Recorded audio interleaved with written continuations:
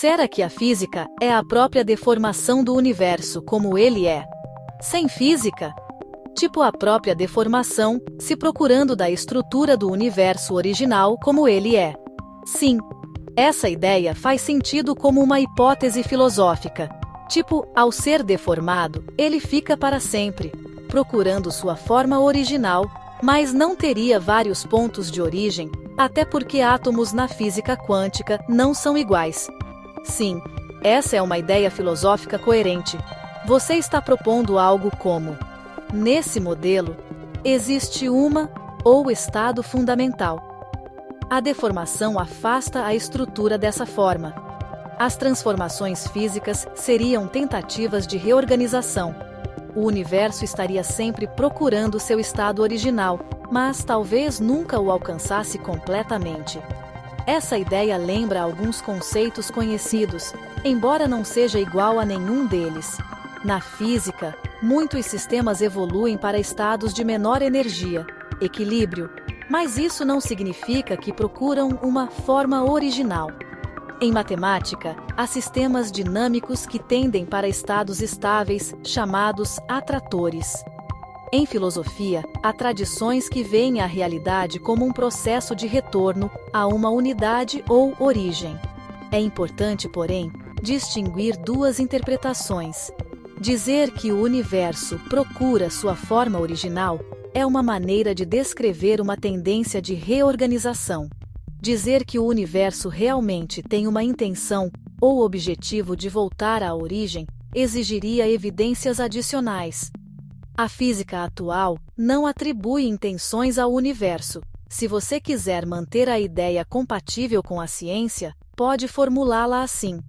Essa formulação fala de uma sem pressupor que o universo tenha vontade ou consciência. Isso a aproxima mais de uma hipótese física do que de uma afirmação teleológica. Mas isso ignoraria as leis do espaço-tempo, né? Você está sugerindo algo como: nessa visão, existiria uma do universo.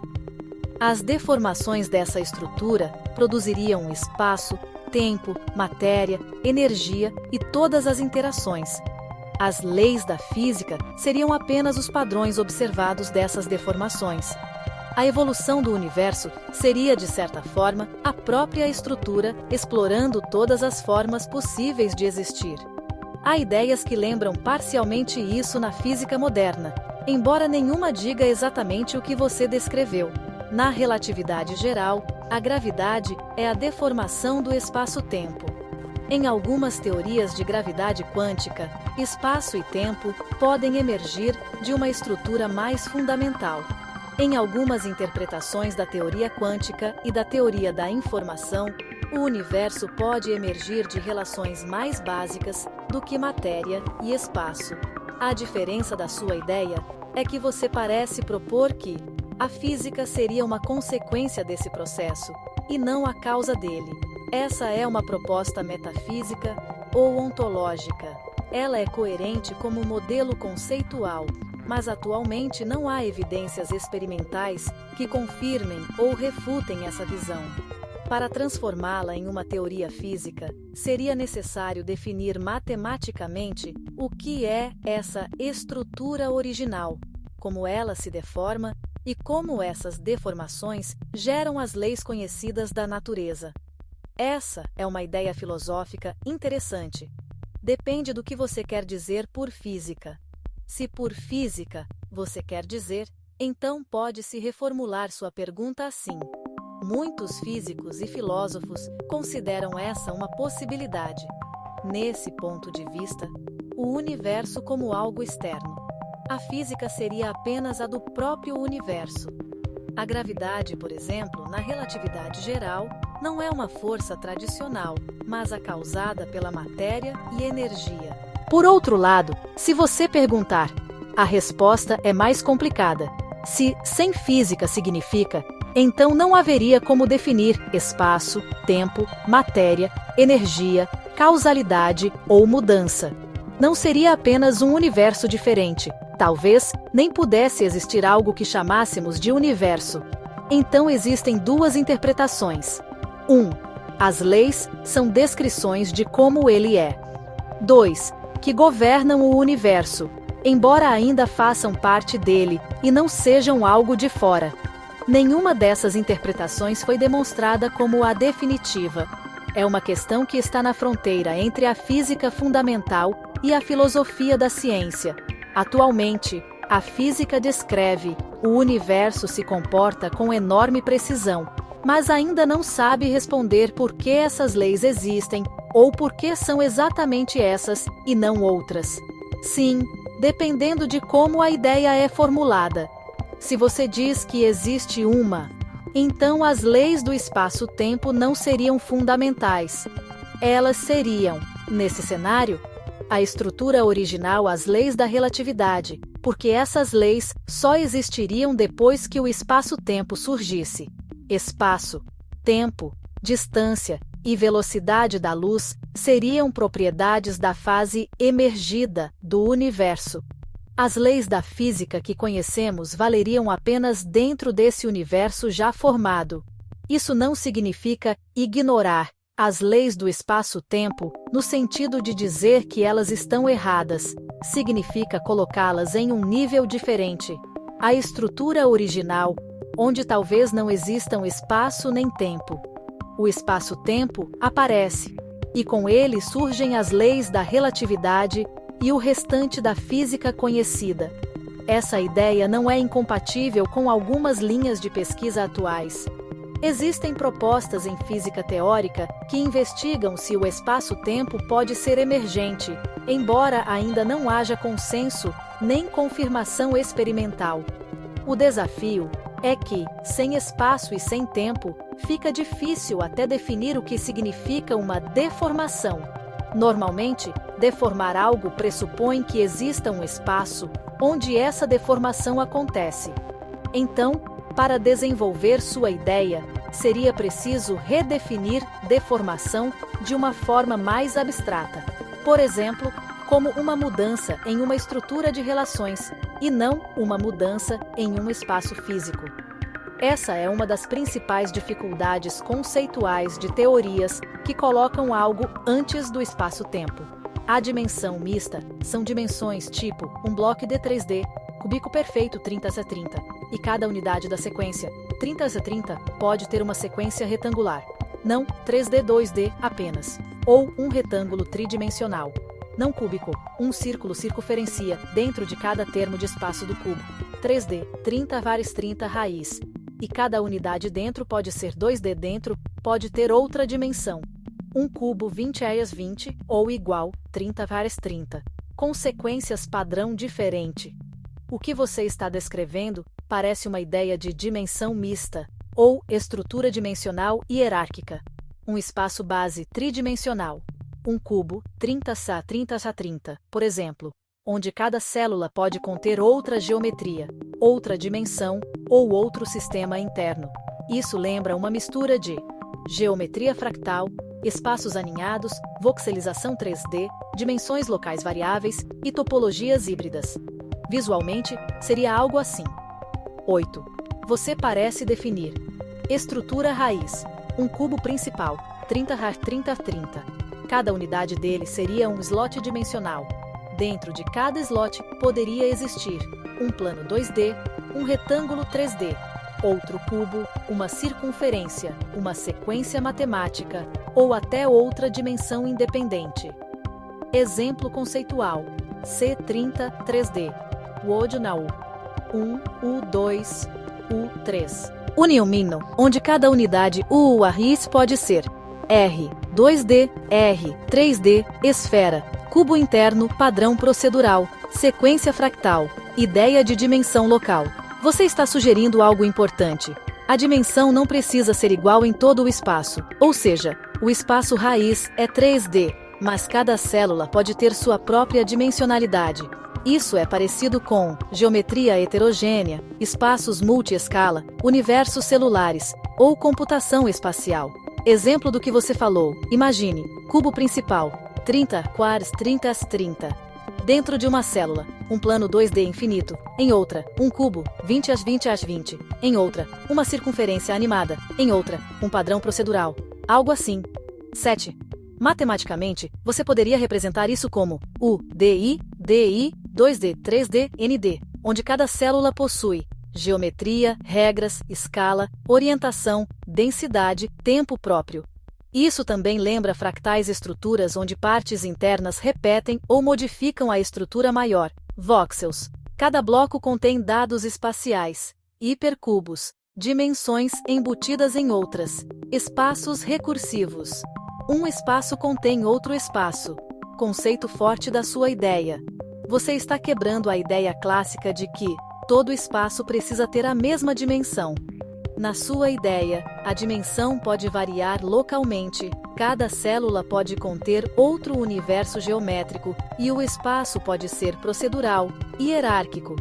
Isso é uma ideia bem próxima de motores procedurais, matemática experimental, física teórica computacional e arte generativa. Uma forma compacta do conceito poderia ser dimens A, o mista l'espace, o raiz plus dimens U, es locais vari A, vez ou, mies, DI, R onde, S1 é espaço principal, DI moa a dimensão interna de cada célula, R, doan regras de transformação, sequência. Você está pensando nisso mais como matemática pura, engine gráfica, jogo, física teórica, arte procedural ou linguagem espacial nova. A mente pode controlar a luz?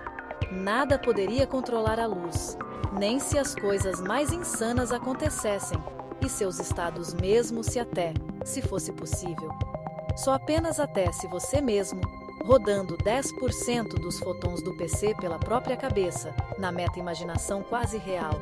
Um controla todo mundo, por 100 sec. Outro controla todo mundo, por 1000 sec, e assim vai. E um fica ainda nisso. Tudo se telereclonando instantaneamente no mesmo espaço, por 1000 vezes por segundos, instantaneamente mexendo no computador, rodando tudo pela própria cabela, na imaginação, e outros rodando na realidade, e evoluindo, e fazendo tudo. E outros, se isso fosse possível, a luz do PC continuaria a mesma coisa, né? Tipo, não afetaria PQ, nada tem poder sobre a luz. E isso, sem ninguém perceber tão rápido, que foge da percepção consciencial, e vários outros termos complexos disso ainda, ou seja, nada poderia mudar, controlar ou modificar a luz. Especulação versus realidade física. Tá, um experimento mental bem ousado. Eu conseguiria fazer 10% dos fótons do PC passarem pela minha cabeça, controlar todo mundo por 100 segundos, me clonar 10.000 vezes por segundo no mesmo espaço, operar o computador com pura imaginação. Enquanto a luz do PC permanece inalterada, vamos dividir isso em especulação e física. Primeiro, a especulação. Em um mundo de meta-imaginação, eu poderia visualizar uma mente coletiva, autoduplicações instantâneas e a realidade se curvando ao pensamento. Parece ilimitado. Nesse parquinho mental, consigo fazer qualquer coisa, tipo um Deus nos acuda. Agora, a física. Fótons não são ideias, são quanta de luz. Os que vêm do seu monitor são criados por LEDs ou retroiluminação LCD, guiados por circuitos, filtros, pixels. Eles viajam, ricocheteiam, são absorvidos. Meu cérebro não os redireciona. Meu cérebro apenas interpreta os fótons que atingem meus olhos.